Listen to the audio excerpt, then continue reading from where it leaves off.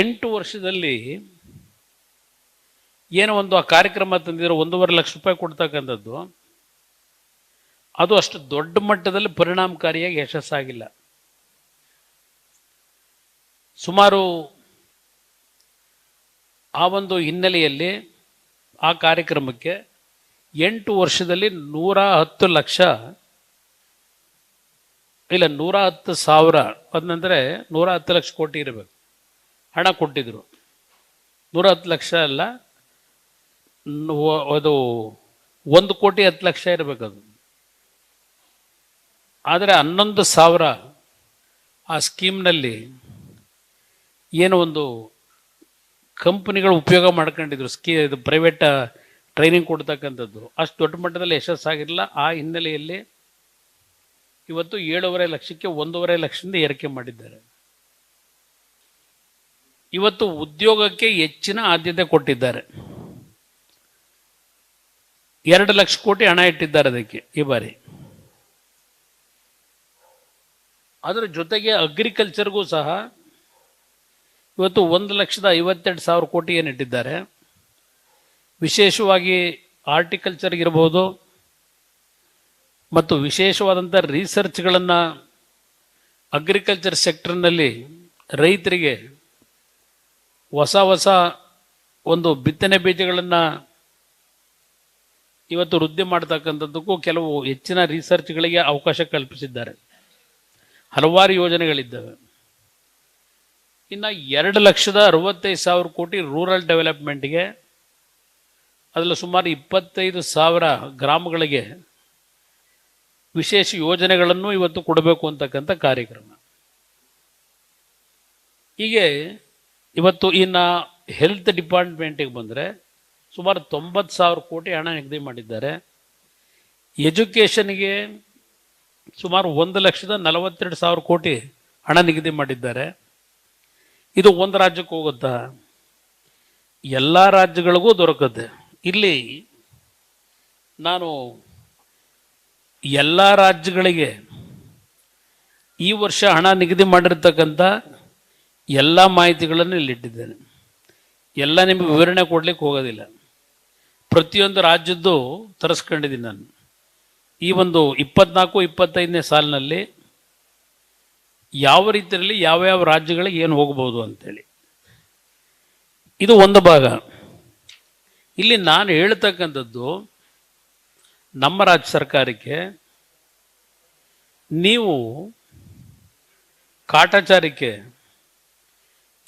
ಲೋಕಸಭೆ ಕಲಾಪ ಪ್ರಾರಂಭ ಮಾಡಿದಾಗ ಅಲ್ಲೆಲ್ಲೋ ಕರ್ನಾಟಕ ಭವನಿಗೆ ಬರ್ತೀರಿ, ನಮಗೆಲ್ಲ ಒಂದು ಲೆಟರ್ ಕಳಿಸ್ತೀರಿ, ಒಂದು ಬುಕ್ಲೆಟನ್ನು ರೆಡಿ ಮಾಡ್ಕೊಂಡು ಬಂದಿರ್ತೀರಿ. ನಮ್ಮದು ಹಳೇ 10 ವರ್ಷ 5 ವರ್ಷದಿಂದ ಕೊಟ್ಟಿರ್ತಕ್ಕಂಥ ಕೆಲವು ಬೇಡಿಕೆಗಳನ್ನು ಒಂದು ಬುಕ್ಲೆಟ್ ಮಾಡಿ ತಂದು ನಮ್ಮ ಮುಂದೆ ಕೊಡ್ತಕ್ಕಂಥದ್ದೇನಿದೆ,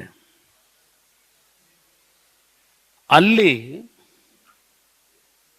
ನಾನು ಈ ಸರ್ಕಾರಕ್ಕೆ ಹೇಳ್ತಕ್ಕಂಥದ್ದು ಲೋಕಸಭಾ ಸದಸ್ಯರು ಲೋಕಸಭೆಯಲ್ಲಿ ಪ್ರಸ್ತಾಪ ಮಾಡಿ ಅಂತ ಕೊಡ್ತೀರಿ.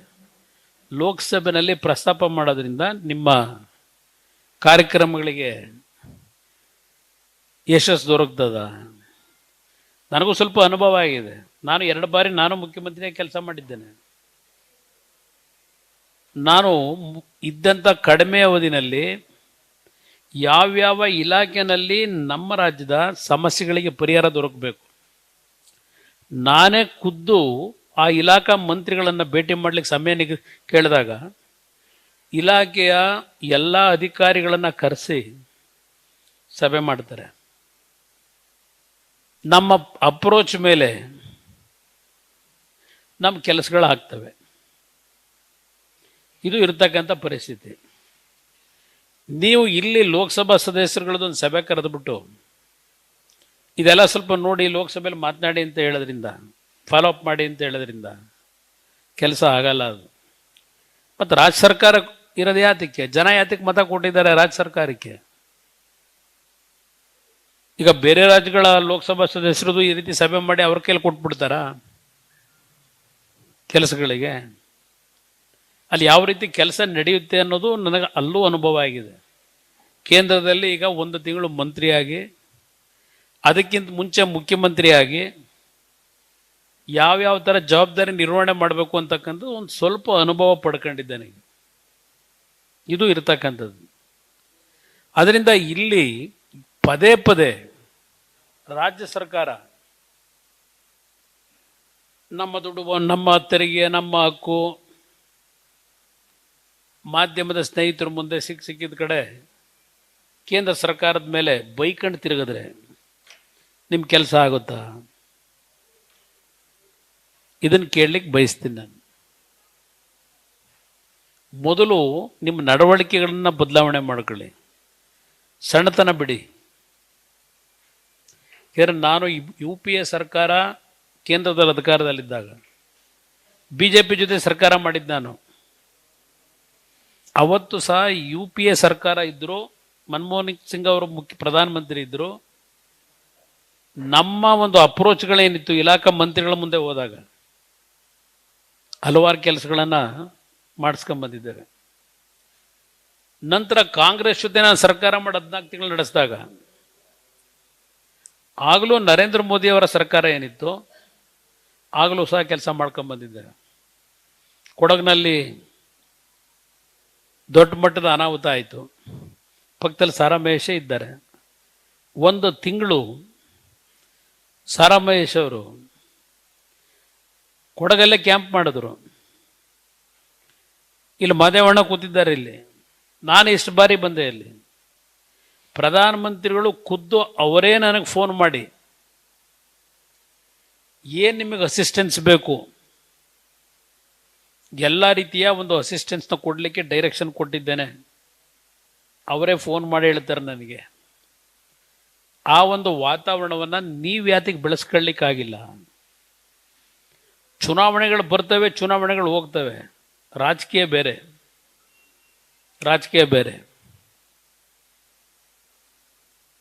ಇದು ನನಗಾದಂಥ ಅನುಭವಗಳಿಂದ ನಿಮ್ಗೆ ಹೇಳ್ತಾ ಇದ್ದೇನೆ.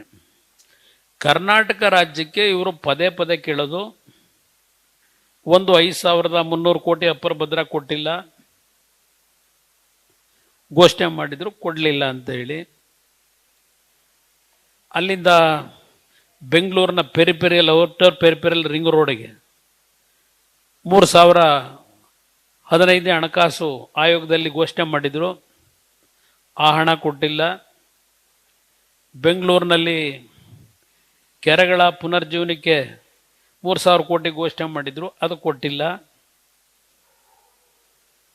ಇದು ಇವರು ಹೇಳ್ತಕ್ಕಂಥದ್ದು ಪದೇ ಪದೇ.